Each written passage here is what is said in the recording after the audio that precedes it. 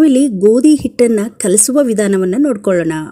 ನಾವಿಲ್ಲಿ ಗೋಧಿ ಹಿಟ್ಟನ್ನು ತೊಗೊಂಡಿದ್ದೀನಿ. ಇದಕ್ಕೆ ರುಚಿಗೆ ತಕ್ಕಷ್ಟು ಉಪ್ಪು ಹಾಕ್ಕೊಂಡು ಬಿಸಿ ಬಿಸಿ ನೀರನ್ನು ತೊಗೊಂಡಿದ್ದೀನಿ. ಚೆನ್ನಾಗಿ ಕುದೀತಾ ಇದೆ. ಇಂಥ ನೀರು ತೊಗೊಂಡು ಒಂದು ಕೋಲಿನ ಸಹಾಯದಿಂದ ಚೆನ್ನಾಗಿ ಮಿಕ್ಸ್ ಮಾಡ್ತಾ ನಾವು ಈ ಹಿಟ್ಟನ್ನು ನಿಧಾನವಾಗಿ ಕಲಿಸ್ಕೋಬೇಕು. ಸ್ವಲ್ಪನೇ ನೀರು ಹಾಕ್ಕೊಂಡು ಬಿಸಿ ಬಿಸಿ ನೀರನ್ನು ಹಾಕ್ಕೊಳ್ಳಿ. ಚಪಾತಿ ಅಂತೂ ತುಂಬ ಚೆನ್ನಾಗಿ ಸಾಫ್ಟಾಗಿ ಬರುತ್ತೆ. ನೀವೇನಾದರೂ ಡ್ಯೂಟಿ ಹೋಗೋರಿದ್ದರೆ ಅಥವಾ ಲಂಚ್ ಬಾಕ್ಸ್ ಚಿಕ್ಕ ಮಕ್ಕಳಿಗೆ ಲಂಚ್ ಬಾಕ್ಸ್ ಕೊಡೋರಿದ್ದವರಾದರೆ ಈ ಥರ ಚಪಾತಿ ಕಲಿಸೋ ವಿಧಾನವನ್ನು ಮಾಡ್ಕೊಳ್ಳಿ. ಕೈ ಸುಡುತ್ತೆ, ಕೈಯಲ್ಲಿ ಹಾಕೋಕ್ಕಾಗಲ್ಲ. ನಾವು ಸ್ವಲ್ಪ ಹೊತ್ತು ಬಿಟ್ಟಾದಮೇಲೆ ನಾವು ಕೈಯನ್ನು ಯೂಸ್ ಮಾಡ್ಬೋದು. ನೋಡಿ, ಕೋಲಿನಿಂದ ಕಲಿಸ್ಬಿಟ್ಟು ನಂತರ ಸ್ವಲ್ಪ ಇವಾಗ ಒತ್ತಿ ಕೈಯಲ್ಲಿ ಕಲಿಸ್ಕೊಂಡ್ಬಿಟ್ರೆ ಆಯಿತು. ತಣ್ಣೀರಲ್ಲಿ ಕಲಸಿದ್ದ ಚಪಾತಿ ಹಿಟ್ಟಾದರೆ ಜಿಗಿ ಆಗಿಬಿಡುತ್ತೆ, ಚಪಾತಿ ಕೂಡ ಗಟ್ಟಿಯಾಗುತ್ತೆ.